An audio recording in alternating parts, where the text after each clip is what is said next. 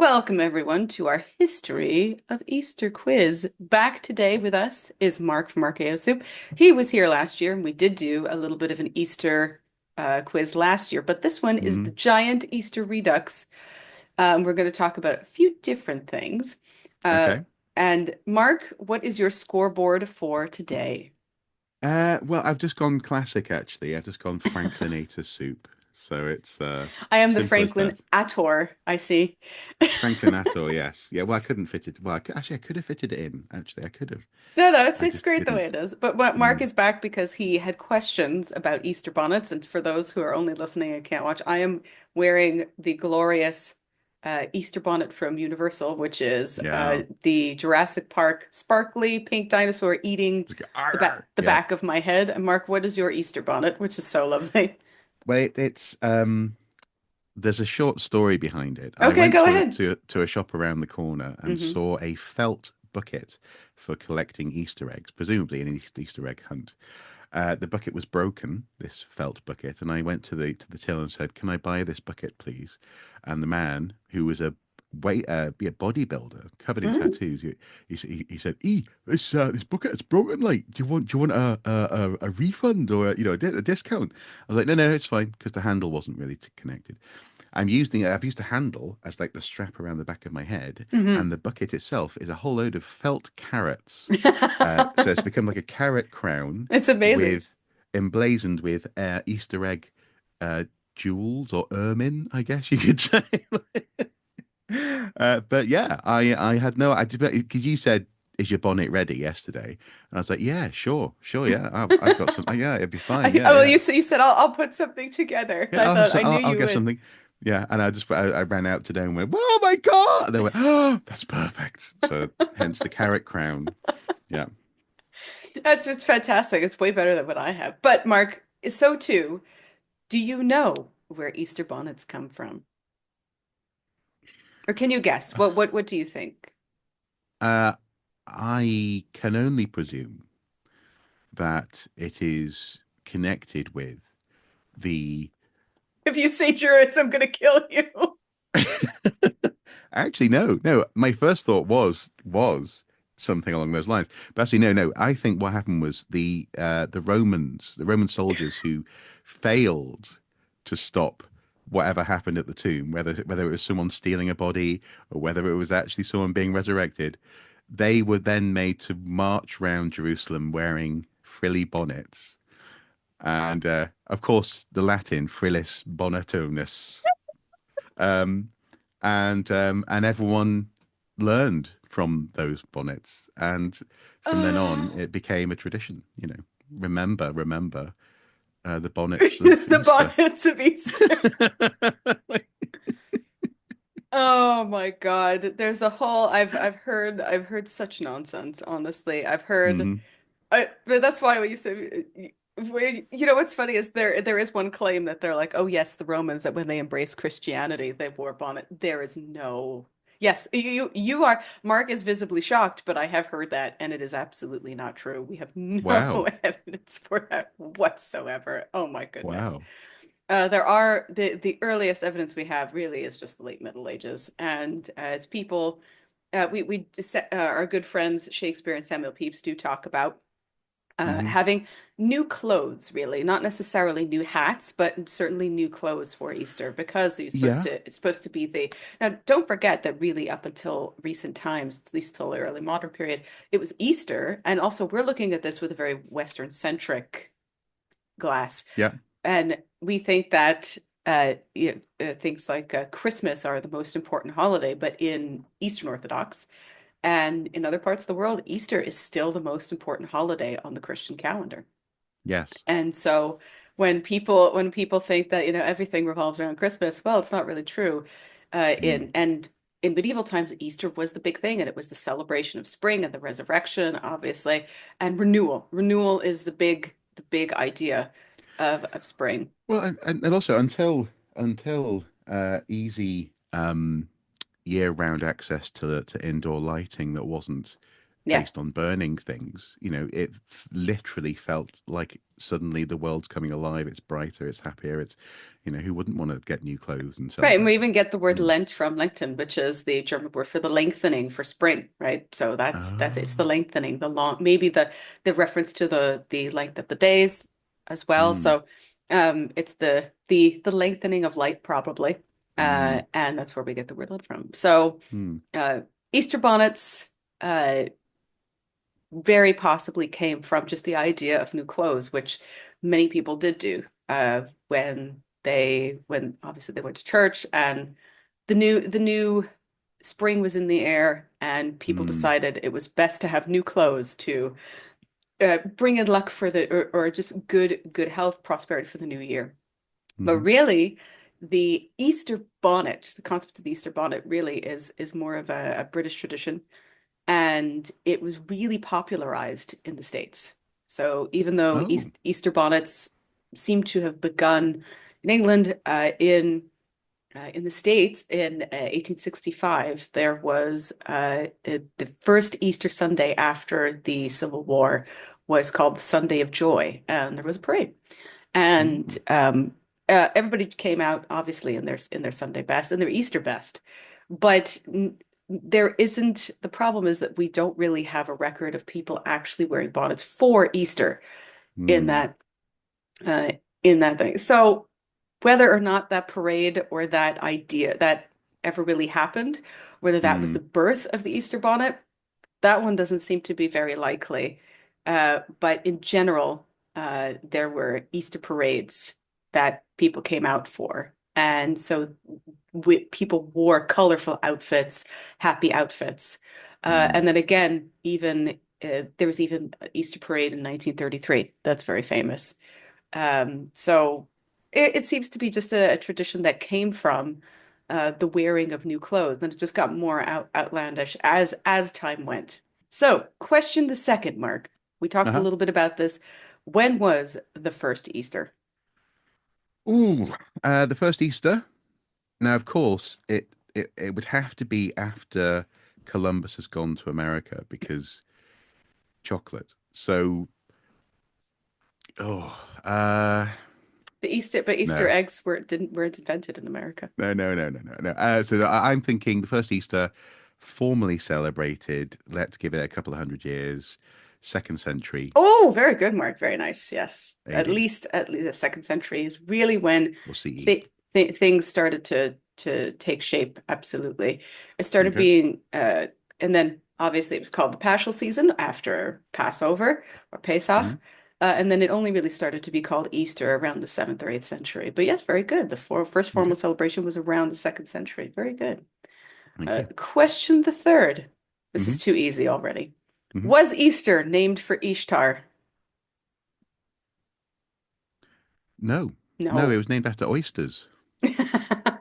You know what? That is more plausible. But Yeah. no, neither one. Every year we go through this, and every year there is some internet meme nonsense about how Easter is really Ishtar, and even frigging Time magazine bought into this. Exactly. So, No. but we will talk about the name of Easter in just a moment. Okay. Next question. Is Easter an ancient Roman holiday?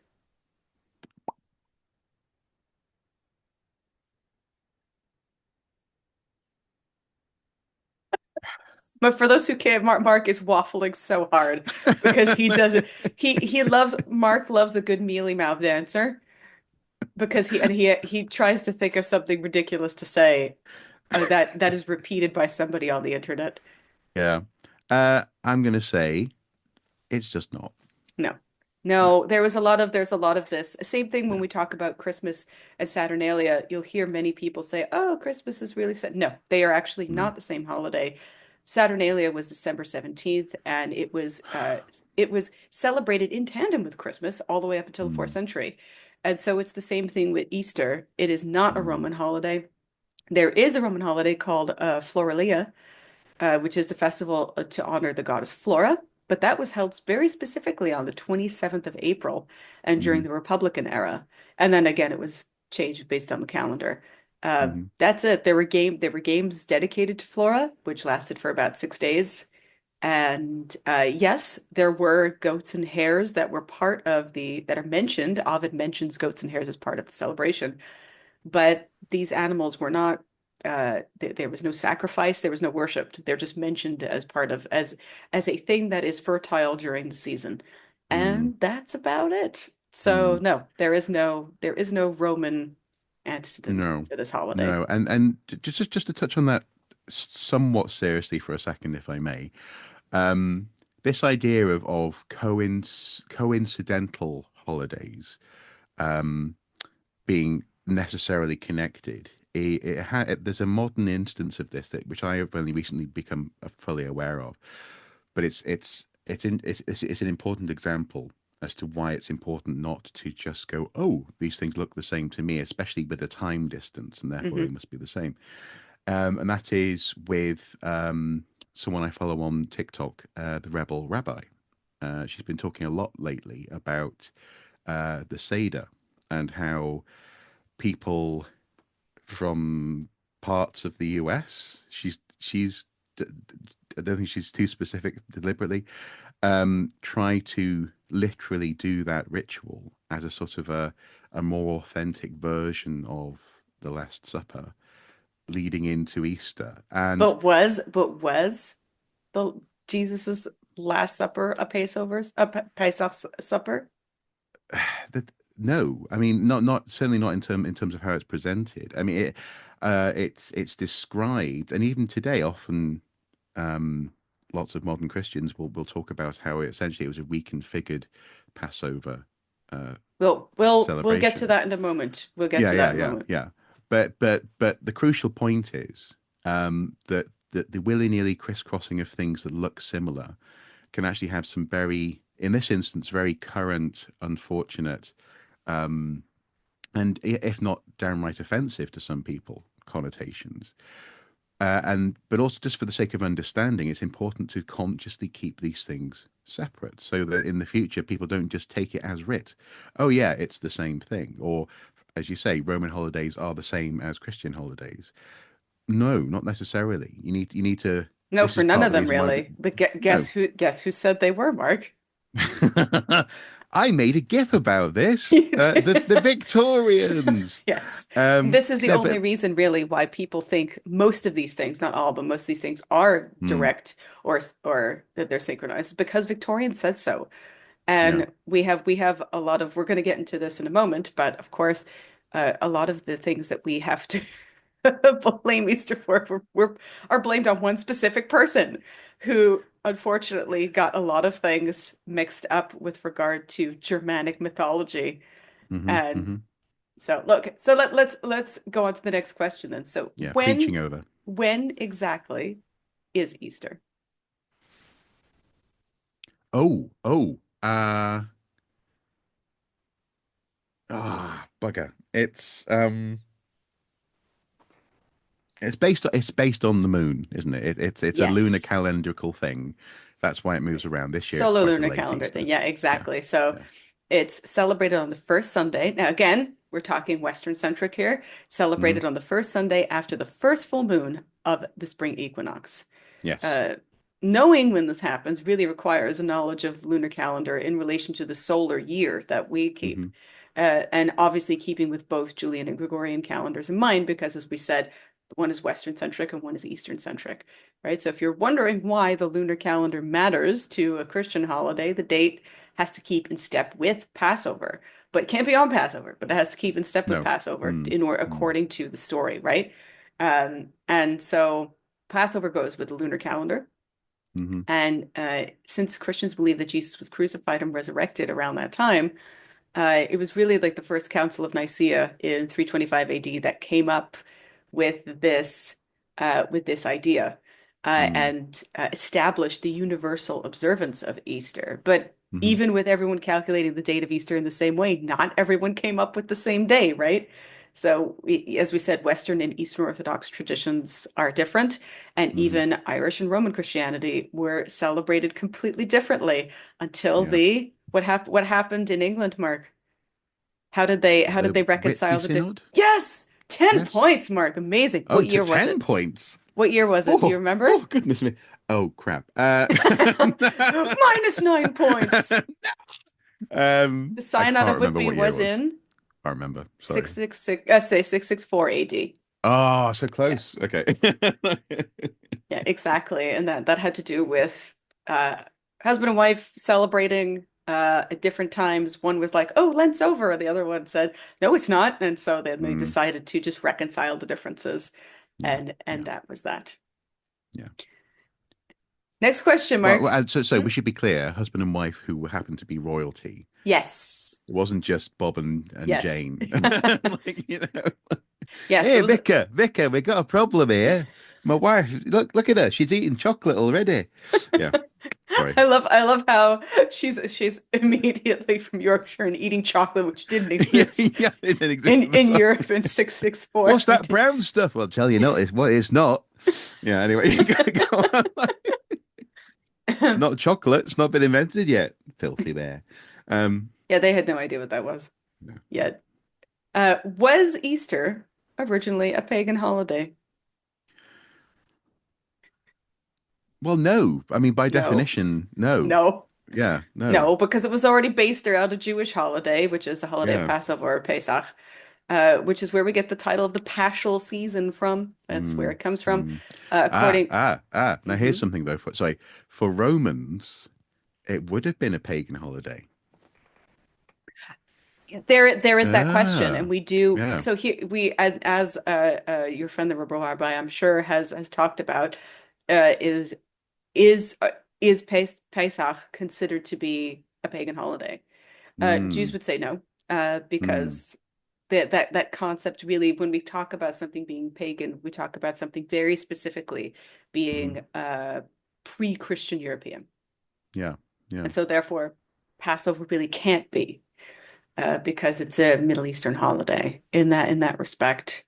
It's the same. It would be like calling Diwali a pagan holiday. Well, Hmm, hmm. that Well, doesn't make well, and sense in that specific context. but I suppose my specific point here being that so by that definition, by a sort of certainly by some modern, broadly speaking, uh, Protestant people's definitions, Ah, anything that's not their holiday is pagan. oh, I But see.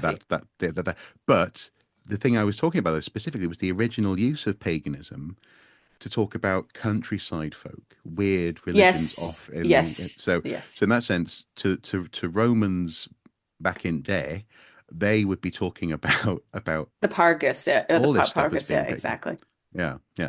But that's I'm being very sorry. I've No, completely but that is a very good going pedantic chicken point with the to bugs. make, which Yeah. is before we applied this term to something very specific, Mm, it was the Pargus, the mm, countryside quote unquote practices. mm, And that is mm, where the word comes from. And it's mm. really only in modern times that that word is now applied to uh, mean something very specific. Next question, Mark. Yep. Okay. Is Easter named after a real pagan goddess? Yes. Yes. Yes. Yes. We Yes. don't know. The real answer is we don't know. And I'm afraid this entire thing is Bede's fault. Uh, he claims, so in his reckoning of time, Bede writes, Yostramonath has the name which now translates to the Paschal month and which was once called after a goddess of theirs, meaning the Anglo-Saxons, Mm, named Yostra, in whose honor feasts were celebrated in that month. And that's all we have to go by.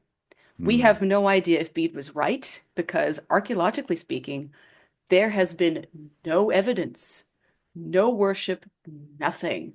yeah. And even in writings other than Bede, we have no idea. Now, to be fair, for my money, I don't think Bede would have lied about this, because he really wasn't, when it comes to Anglo-Saxon things, he really wasn't there was no political reason for him to lie. No. He wrote this hundreds of years later, but to that point, he wrote this hundreds of years later after the Anglo-Saxons were Christianized. Mm, So was that really true? We mm, literally have no way of knowing. It could be as well. Some scholars have theorized that it's possible that Yostramoneth, because remember East. Easter, hmm hmm hmm right? Yostra. So some people say, oh, maybe she was a goddess of the dawn, maybe she was a goddess of spring. It mm also could be that it was the spring month or the dawn month and had mm nothing to do with a goddess. Linguistically, there are place names that are called after her. But it was our good buddy, Jacob Grimm, who decided, he helped things along. He decided hmm that, he said in his book, uh, Yostra must be in the heathen religion and have denoted, as he says, this is his words, heathen religion have denoted a higher being whose worship was so firmly rooted that Christian teachers tolerated the name and applied it to one of their own grandest anniversaries. He had no evidence for this. mm The mm man was just running his mouth.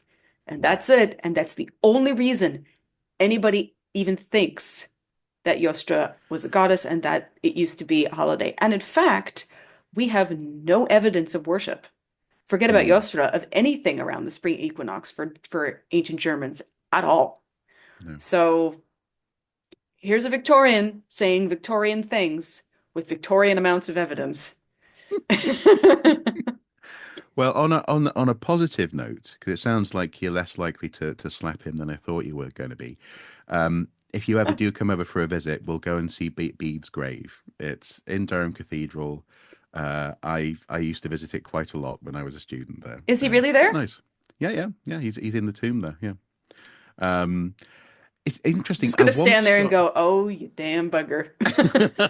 Could you really? I, Could you have given? That's the insufferable part about Bede is that we do have to thank him for a lot of things. And yes, we can mhm, check his work against Anglo-Saxon Chronicle, and yeah, for the most part, it's pretty accurate.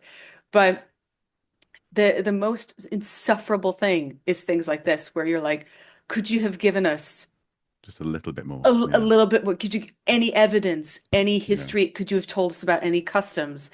yeah. Could you have given us an idea?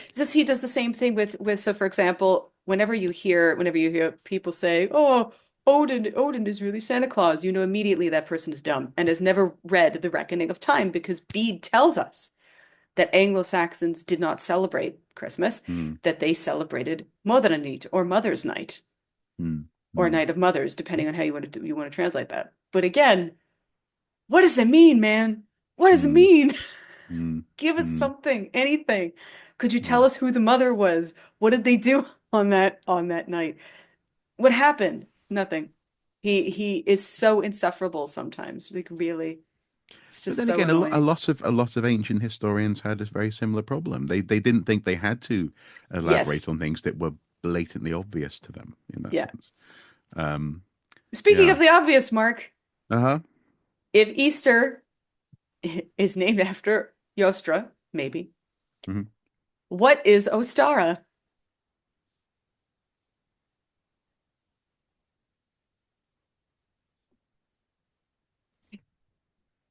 Sorry, this isn't making good podcast, is it? Me just looking blankly at the wall. Like, oh, I don't know. So many people think that Ostara is an ancient holiday. It is not. Ostara is a modern Okay. spring equinox holiday that was invented by Aidan Kelly in the Oh, sorry. 1960s. Right. Yeah. Yes. Okay. It was Sorry. Yeah. invented Yeah. in the 1960s and then solidified on the calendar in 1974. And Ostara has You make it sound like a little bit of mucus that just solidified over time.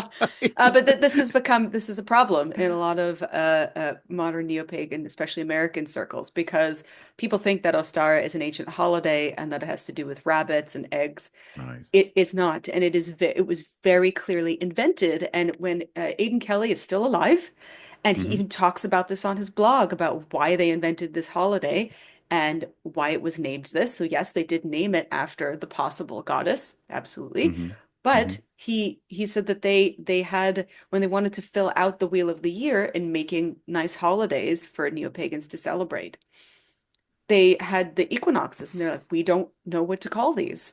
So he mm gave them names. And mm again, in the 1960s, 1970s, him never thinking that this was going to be anything to fight over or argue about. mm mm And he said we named it Ostara for the goddess because we figured if she was a goddess, if she was a goddess of the dawn, that it would be logical to name her after the spring equinox holiday. And that's like I said, they appeared on the first of the calendar in 1974. And he chose Ostara because it's the old High German version of Jostra. He invented the rites for the holiday, associated it with the spring renewal, and it was adopted into the Wiccan calendar. And that's Mm, the whole story of Ostara. And unfortunately, mm. in modern days, you hear people absolutely saying that this is some ancient holiday. Ancient Germans never celebrated this. It is an entirely new invention, and the But isn't inventor it? is still alive. Yeah, but isn't it interesting though that within 50 years, Hmm. when he's still alive, as you say, that can happen. He even wrote a whole explanation on his blog in 2017, and Yeah. nobody read it. Yeah. Mm, mm, mm. Okay. Keeping in that theme, Mark, is the Easter Bunny an ancient pagan symbol?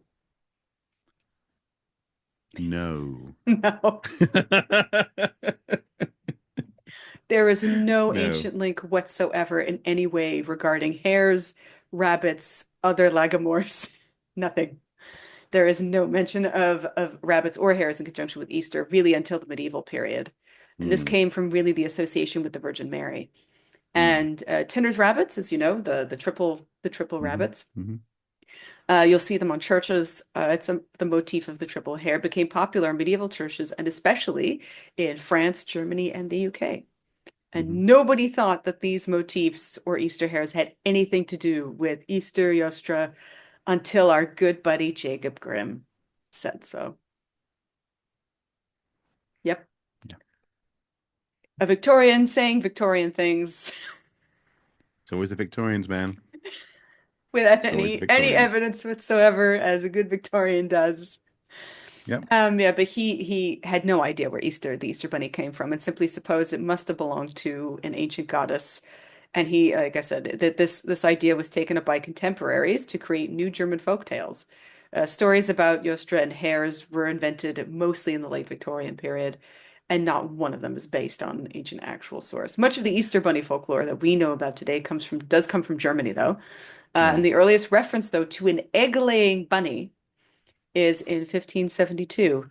And the text says, "Do not worry if the Easter Bunny escapes you. Should we miss his eggs, he will cook the nest."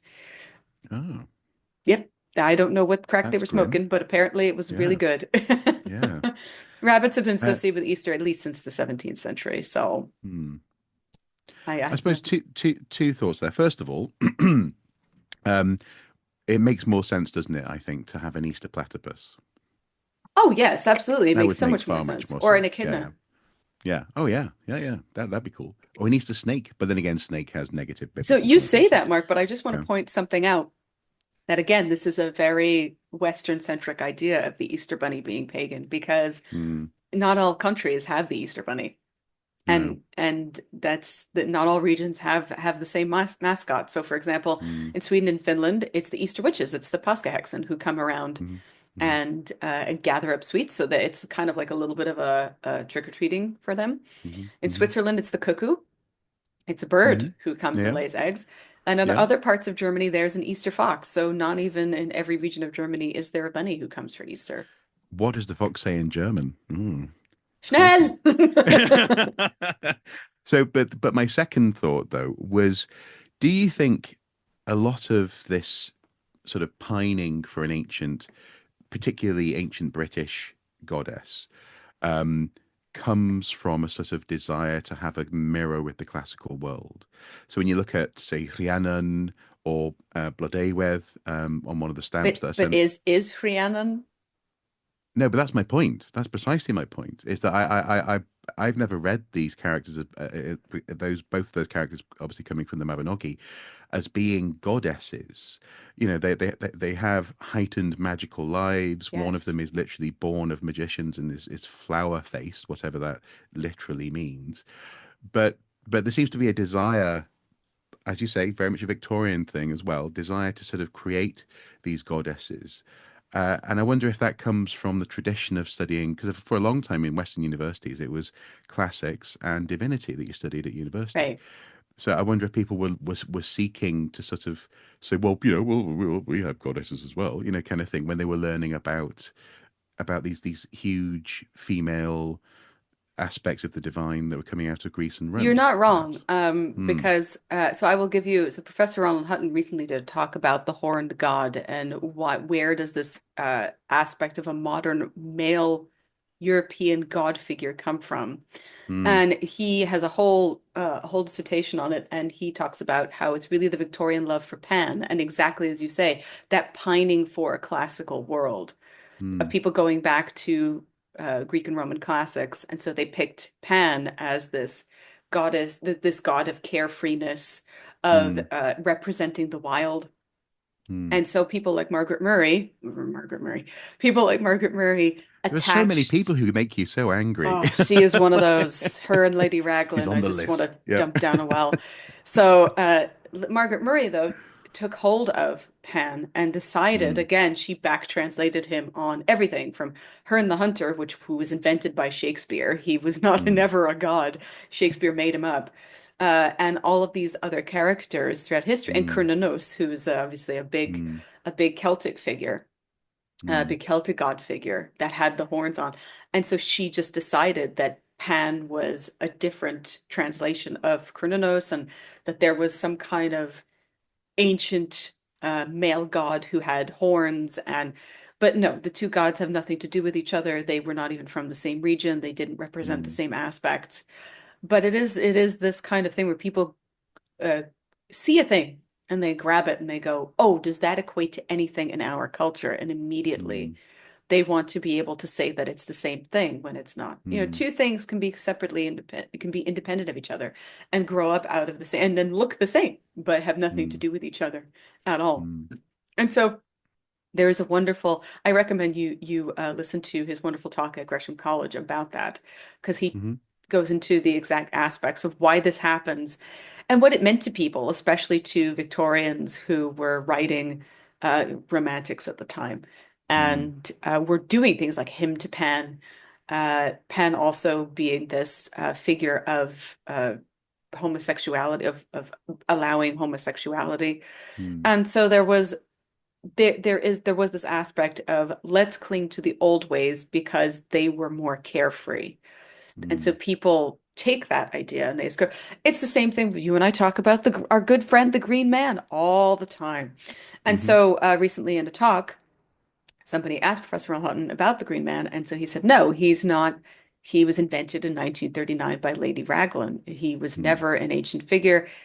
But a lot of people nowadays, including in a joke by our good friend Howard, he sent me a thing where people are dressing up now as the Green Man and saying, "Oh yes, this is an ancient pagan god." And just going, no, his aspect, his face was taken from a certain god, but no, the concept of the Green Man was named by Lady Raglan in 1939. But now people are reclaiming that. So Hmm.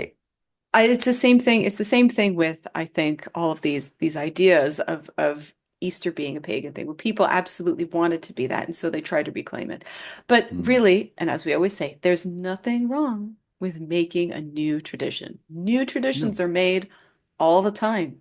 But Hmm. I do think that it is fulfilling a need. So this need of, like you say, Rhiannon being wanting people wanting her to be a goddess or being linked to Epona, which we know she probably Hmm. isn't. Hmm. Um, it's just fulfilling that need of people going, oh, I really want there to be a goddess of such and such. Hmm. But that's really how gods get invented, right? Hmm. Get Yeah. new gods Yeah. get invented all the time. Hmm. And Hmm. again, it's just part of human nature. It's what it is. But it's also equally a part of nature to syncretize and say, oh, yes, this is the same thing when it's not. Well, and the reason, very, very quickly, the reason for that is that that actually ties in with an awful lot of socio-cultural markers of authenticity. Hmm. So, not least, for example, whether or not you're a legitimate child is a biggie. So you Oh, get your yes. legitimacy by your association with grown-ups who are linked in the proper way, and so on and so forth. So when people want to make these connections, and we've talked about this in see previous quizzes to see a ramble about the idea of authenticity. But when people are seeking that, I think it comes from the reason why it's hard for people just to So just briefly going back to that Seder question, on TikTok, one of the things that was being pointed out was that some things don't have to be for everyone, in that sense, and that's okay. And in the same way that, and if we take it away from religion for a second, I don't have to go on a roller coaster for the roller coaster to be fun. Uh, and just because someone I know might love it doesn't mean that I have to. And that's Yes, it okay. does, It's Mark. fine. You're a loser. Wrong. Yeah, come on. You're coming with me. No, no, but that's it's so interesting that people really struggle, don't they, to just to have something that can exist over there that doesn't have to be connected to them, but nonetheless can be admired. It and that's what's at the heart of so much of the Victorian I stuff, think isn't it it? also speaks to people wanting to belong to something. And we talk Yeah. about this a lot when we talk about other customs and why is it that people need to have these things? I think people just want to belong to something, and there's no reason why you can't. Hmm. It's kind of it's all traditions. You go back far enough, all traditions are invented. There's no reason why you Hmm. can't invent a new tradition and invite other people along or be part of a Hmm. new tradition. People start new traditions all the time, but Hmm. people constantly want to think that they're a part of something ancient, which, for better or for worse, it is what it Which is is. interesting. Yeah, it's interesting. Yeah. Speaking of Hmm. which, Mark, Uh-huh. are Easter eggs a pagan symbol?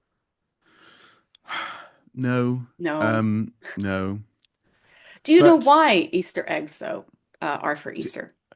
I have Do deliberately you not remember? researched this. I can't remember. I've forgotten. Have you But blocked it out of your memory? quite possibly. Um, no, I don't know. I've forgotten. Sorry. It's a Yeah. very simple reason, and it Yeah. is that Easter eggs in general were forbidden during Lent. Oh, okay. That's it. That's really Okay. all it was. And so Easter, obviously, eggs are, a symbol of renewal, hence laying again, that kind of thing. But they were forbidden during Lent, and they were often given out at church for Easter Right. because they were cheap and they were plentiful, and they Mm, were a way for people to get their protein or their meat, because remember, eggs were once considered to be mm, that. It was a mm, cheap way for poor people to get their meat at the beginning of the new year, which this used to be mhm. considered as. So So, what you're saying is to get the protein, they didn't have to shell out.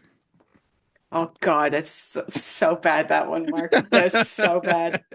I apologize on behalf of everybody listening. My God, that was uh there's also other stories with regard to Uh-huh. eggs. The Eastern Orthodox Church paints their eggs red to symbolize the blood of Christ. And the Lutheran tradition, they were actually painted green and hung around trees. In Slavic Okay. traditions, the eggs are boiled in beeswax and then carved. So they're an easy way to decorate, and they were something that Sorry, poor people could so have. the beeswax ones, do you end up with like a layer of wax around the egg And which you then you and carve? then Oh, you take a stick and you carve that's the cool. intricate designs. You can dye it too. You can do as you like. Okay. Um, when was the first Easter egg hunt, Mark? Oh, that's a good. That's. I'm guessing. Did it happen in the US? No, this is actually a lot older than you think. Oh, okay. Okay. So the first ones that we have recorded Mm-hmm. are in 16th century in Martin Luther's congregation. Oh. He got the men to hide the eggs, and the women and children went to go hunt for them.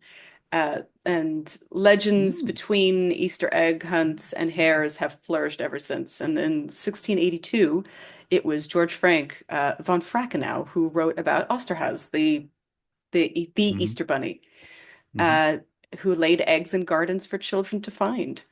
Once eggs were no longer forbidden during Lent, Easter eggs became our treats that we know nowadays. So, Okay. when was the first chocolate egg, Mark? Oh, I'm gonna go with. Who made it? Who made it? Oh. Uh. Oh, blimey. Was it a well-known chocolate magnate? Yes, one of two choices. Was it Mr. Fry? Yes, Mark. Very good. Yes! It was not Hooray! Cadbury's. No. Very first chocolate Easter egg was made in 1873. Very good, Mark. Yeah. Very nice. Just because I looked into this because I every year, well, this year I probably won't be able to, but every year I've been trying to make a squeg The for the squag. past Wait, several you're years. not going to Yeah. do the squag? Well, it depends. Well, I'll go into that more Mark, after. every year, Mark makes on his channel, he does a square egg, and it is very impressive. Yeah, chocolate cube basically. Yes. But the crucial thing when I was looking into why it is that Cadbury's discontinued the squeg after 1 year in 2001 is that first of all, the cube actually compared to, and this is basic physics. You know, the most efficient way to make a 3D object is to have it curved. It's the reason why Yeah. the planet's round, the reason why water droplets form. Making a cube, all the vertices is actually more chocolate for the volume. Oh, yes, Um, absolutely. so it's more expensive, but also the crucial thing is, and this goes back to probably Mr. Fry's, or the Fry Company's invention, you have to be able to get the chocolate in the right consistency, and you have to have the molds and the treatment of the chocolate in just the right way. And that's just to say to make a hollow egg. So the making of eggs and squags is a it's hard won luxury. Yeah, so there are there are other treats that were recorded in Hmm. France and Germany in the early 19th century, but it was really Mr. Fry who made the first chocolate Easter egg, 1873. Hmm. Cadbury's was not far behind. In 1875, they made the first molding chocolate. And Right. Yeah. yeah, Yeah. and so Yeah. it was really then that because there were artificial eggs that were made there, but they were made of paper mache or cardboard and they had toys inside them, kind of like our modern Hmm. day Kinder eggs. But the chocolate eggs were really the 1870s. But no I have squig rid though. no squag. I also incidentally have ridden in the Cadbury's Cream Eggmobile. Yeah. Yeah. Lucky. Did they give you Yeah. some eggs? No. No. No. Get out of here then. So, Mm. Mark, speaking of we talked a little bit about the Seder. Was Jesus's Last Supper a Passover Seder?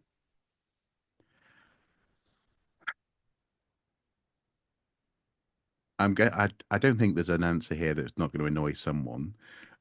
That's what we So do I'll on just this channel. It's good for the comment section. yeah. Uh, I don't. I'm going to say no, but I know that there's a lot of circumstantial stuff around it. People being sent out to get meals for the feast because it was Passover and so on and so So forth. here's So the thing. We yeah. really don't know, but probably not because Yeah. there's a reason. According to Dr. Helen Bond, who is the preeminent scholar on the life of Jesus Christ, the passage in Mark that states that the Last Supper was a Passover feast is redactional. And her proposal is that in historical fact, the Last Supper was not a Passover meal. It was Mm, probably a meal the day before that Jesus shared with his disciples, sometime, like I said, sometime before Passover, possibly mm, the Thursday evening of the week before Passover in any year between 27 and 34 CE. mhm, mhm, mhm. Um, we do not know, but probably not. No, So that's it, because no. it would have to be before Passover, essentially. So Yeah. I Yeah. don't think so. No. Again, if the passage is to be taken as gospel, har har. When did Jesus actually die, Mark? Uh, sorry, just a second. Okay. He died in any year between 27 and 34. We actually don't know the date that he No. died. We have no idea. So again, his death must have happened sometime after 2028 AD because of Hmm. Pontius Pilate's gubernatorial office, right? So again, if we're talking about Pilate's um, office and that he was there and he was the one responsible for this whole thing, it had Hmm. to be sometime when he was a governor. And the Gospel of Mark says Thursday on Passover or before Passover is when Jesus was taken, but in John it says that it was not Passover, but the day before it, and then would have already been Jesus would have been buried by Passover, essentially. Mm, mm, But yeah, or rather, I should say, entombed, however you'd like to say. mm. But Dr. Helen Bond says most people have sort of this harmonized view when all of these things happened, but that's not in any of the Gospels. There's no harmonized view in any of the Gospels to talk about when he actually died, what year he actually died, the day, we have no idea. And Mm, scholars uh, later on, especially our good friend Hippolytus, was obsessed with calculating these things. mm, So we have no clue. And so mm, Hippolytus, again, tried to calculate things by the equinoxes, because again, in the mhm, Gospels, it says that the sun dimmed when Jesus died. So he tried to calculate when the last equinox was around spring, etc., and then tried to calculate an eclipse. We have no idea. mm, When you see the Gospels as four separate stories, Helen Bond says you realize that there has been huge amount of embellishment as to what actually happened. We have very little idea about Jesus's death, apart from the bare bones of the story, which is that Jesus was put to death by a Roman governor. That's mm, about it. mm, That's all we know. mm. Second to last question mark. Were hot Okay. cross buns originally made by Anglo-Saxons?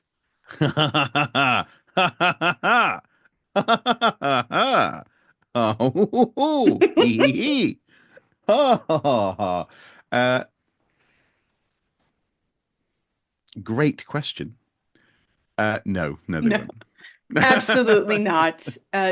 No. Uh, this has spurred me to email poor Professor Earl Hutton, who's been very kind to me many, many times, because Time Magazine published in the 1990s that for some we eat hot cross buns on Easter because Mhm, Anglo-Saxons made them. This is so mental. I don't know where they got this idea from, but we have the recipes for like the first hot cross buns, and it mhm, was in the Middle Ages. mhm. And there were many different varieties, some with heavy cream inside, some baked in the shapes of lambs. But the hot cross buns that we know of belong to St. Albans. And in Okay. 1361, it was Brother Thomas Rodcliffe who baked and gave out the first buns to eat at Mass on Good Friday. And where he Hey, said that that's I wouldn't say no. I mean, he yeah, wants to give me free cake. I'm not going to yeah, say no. yummy. Yeah, Yeah, so that's it. But yes, you'll hear it. I haven't heard that one in a long time, but those yeah, I do hear a lot. yeah. So two bonus questions Okay. because they are spring questions that we have not gotten to. So if you are on the Patreon, we will put these bonus questions in for you on the Patreon. Yeah. So anyway, do you want to know the scores? I had more questions about St. Oh, David's Day, okay. but I think Okay. you know what we'll do, Mark. We'll leave that nugget for people on Patreon of the membership, just so they could see how crazy that answer was. Yeah, exactly. Well, yeah, we'll keep my shame for people who want to pay to Oh, see it. Yeah. we'll do a full St. David's Day next year for with so Okay. this way you have time to reflect on your Yeah. Go mistakes. home, sit in a cave for a while. Yeah. All right, Mark, what's the score for Easter? Well, pretty close actually. So you scored 8 and I Hmm. scored 10. So not Very too good. bad. I gave out half points here and there when uh, there was a half point to be given, basically. But yeah, 8 and 10, not too bad. So, Mark, Well done. for your for your prize, obviously you get an Easter egg, but Get to go and study the fucking calendar and learn when learn when St. David's Day I can't, is. I can't believe that. That was mental. Oh man, that was so good. And you were the one who asked me about Saint because I remember you told me about Saint Do It Wednesday also. Also, we were talking Yeah, about I did. I did. your aspect is so hopeless. It's I've got. delicious. I'm going to read this. Oh no, did you pick up Gerald's Wales? Did you pick that Yeah, up? yeah, I did. Gerald's Wells. You're really gonna consult good Yeah, old Jerry about yeah, historical accuracy. yeah, yeah. I'm going to do this. I'm going to go and sit by the coast I'll say with. hello to the werewolves while you read the book for Yeah, me. Thanks, Jerry. I was gonna say your further reading is the book The History of Holidays by me, hey, which is cool. coming out sometime at the end of the year. I don't have the exact date yet.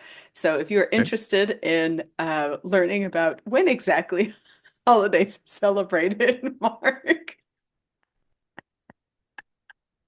For Such those shame. who are going to hear this or who are watching on YouTube, they're going to be confused by the cut, but oh man, it's going to be so good.